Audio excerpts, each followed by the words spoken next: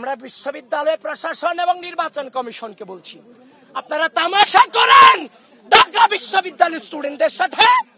শিবির সমর্থিত প্যানেলের সাধারণ সম্পাদক এস.এম. ফরহাদের প্রার্থিতা নিয়ে হাইকোর্টে চ্যালেঞ্জ করেছে।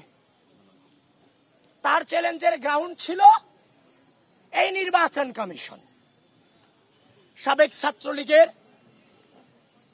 যাদেরকে ছাত্রলীগের অভিযোগে অনেকেরই প্রার্থিতা তারা বাতিল করেছেন, তো বামজোট নেত্রী তিনি হাইকোর্টে রিট করেছেন ঠিক একই ক্রাইটেরিয়াতে এস.এম. ফরহাদ যে সোশ্যাল ওয়েলফেয়ার ইনস্টিটিউশনের ছাত্রলীগের জয়েন্ট সেক্রেটারি ছিল, সে ওই মুহূর্তেও পদত্যাগ করেনি, 5 আগস্টের আগেও পদত্যাগ করেনি, 5 আগস্টের পরেও পদত্যাগ করেনি।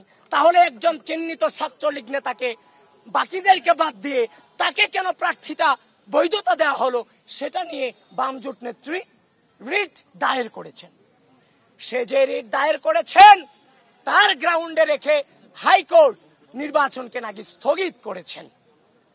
আমরা বিশ্ববিদ্যালয় প্রশাসন এবং নির্বাচন কমিশনকে বলছি, আপনারা তামাশা করেন ঢাকা বিশ্ববিদ্যালয়ের স্টুডেন্টদের সাথে। আপনি একই ক্রাইটেরিয়াতে তাদেরকে বাদ দিলেন, তাকে রেখে আপনি যে ফাঁক ফোকর রেখেছেন সেই ফাঁক ফোকরের সুযোগ আজকে বিভিন্ন জন, বিভিন্ন অপশক্তি, বিভিন্ন পরাজশক্তি বিভিন্ন ভাবে নিচ্ছে। স্পষ্টভাবে জানিয়ে দিতে চাই, এই ঢাকা বিশ্ববিদ্যালয়ের মাটিতে আগামী 9 সেপ্টেম্বর ডাকসু নির্বাচন অনুষ্ঠিত হতেই হবে।